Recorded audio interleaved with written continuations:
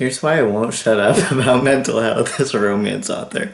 I'm sorry I said that while laughing, but I really feel like they are a vital combination, especially because it really comes into play, like mental health plus relationships. Like when you're growing into a relationship, whether you have things going on already, like mental health wise, or you don't, there's a lot of different shifts and changes that could be good or bad that could play into how people react. And as a disabled person, I can tell you it's very possible that even if someone has nothing going on mental health wise, they very likely could still run into that in the future. It's extremely common for people to have anxieties, depression, things like that come up, which is why I really feel like romance and mental health goes really well together in books. So a lot of times the representation that I try to write is a combination of things that I think a lot of people could relate to potentially, like anybody reading, and also things that are very specific to certain things that that character lives with. For example, I wrote a werewolf book.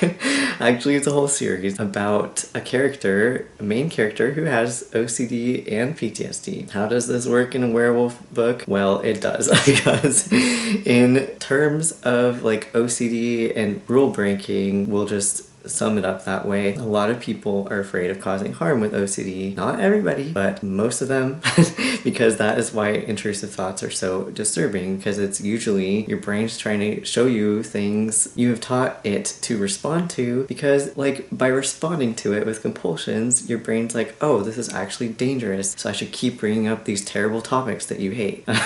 Intrusive thoughts are not representative of what people with OCD actually want to happen, or any of their desires or actual like willingness to execute any of these things. And I do think that goes pretty well with PTSD, but as someone with both disorders, I feel like it was extremely interesting to write that in a character who has been raised to have like a lot of internalized misogyny, which in werewolf books, I love how it always talks about misogyny. That's like a great outlet to have an analogy to talk about that. Plus, she wasn't allowed to be very werewolfy because she didn't know that she had that in her. And she had suppressed all these things about herself, which a lot of people can relate to, I think. Just basically to make others around her happy. And so once she kind of comes to terms with that and realizes the truth of who she is, then she now has to face the barrier that OCD is putting up, because it tells you like causing problems or potentially being too something,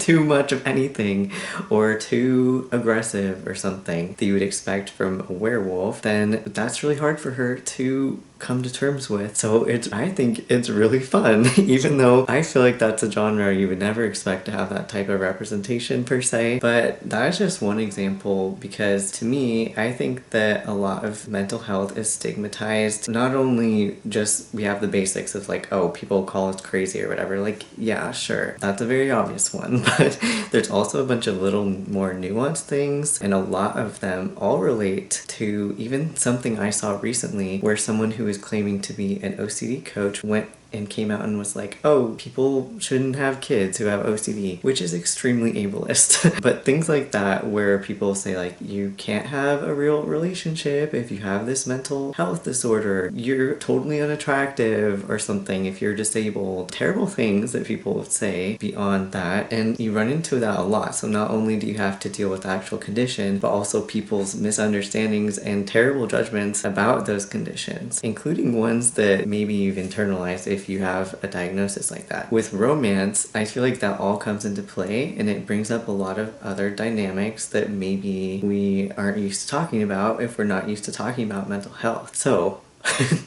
that's why I'm not going to shut up about it, first of all.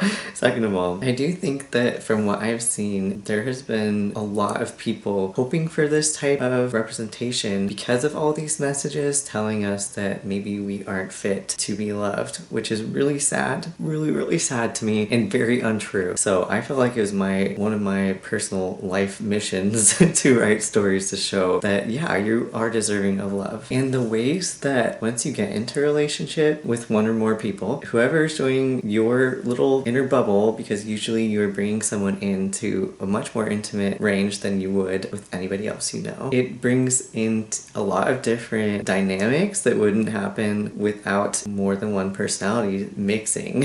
In terms of mental health, I feel like that's extra important to talk about because everybody, regardless if they have any mental health diagnoses or not, has their own coping mechanisms and ways that they've learned to deal with the world around them that don't match up and can sometimes lead to differing mental states or emotional states. And to talk about that within romance books, I think is really fun. I really like reading about that myself in books. From a very nerdy writer perspective, you might have heard about this in school, but when characters are foils for each other, I feel like this takes it to a different level. Foils would be like you have one character who's extremely one way and then the other character who's like the opposite. When they're put together, they show just how drastically different each other are. But I feel like in terms of mixing relationships, it creates a foil, like in real life too, where you can really see clearly about how other people live compared to yourself if you get into a relationship. Going back to My Shy Alpha as an example, like yes, that main character I was talking about, Aaliyah, she has to manage her OCD and PTSD and everything she's learning about like werewolfy life. But she also has her new mate,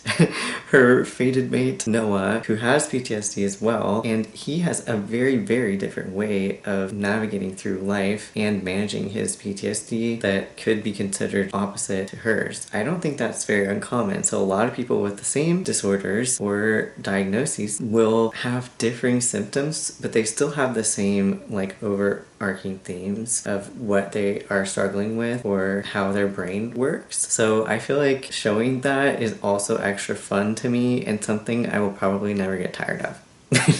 Yeah, I'm really curious, what types of mental health representation do you see and how different is it from 5 or even 10 years ago? Because I feel like it is a lot different than what I was seeing in the past, and I'm starting to see more and more people talking about these things openly, which I think is really cool, and it makes me really excited to read a story that doesn't just rely on like conflict around miscommunications or within the relationship. Like it can also be from within one character, their internal struggles or the outside world, how they're perceiving their diagnoses or just like how they're living their life. I think that's really cool.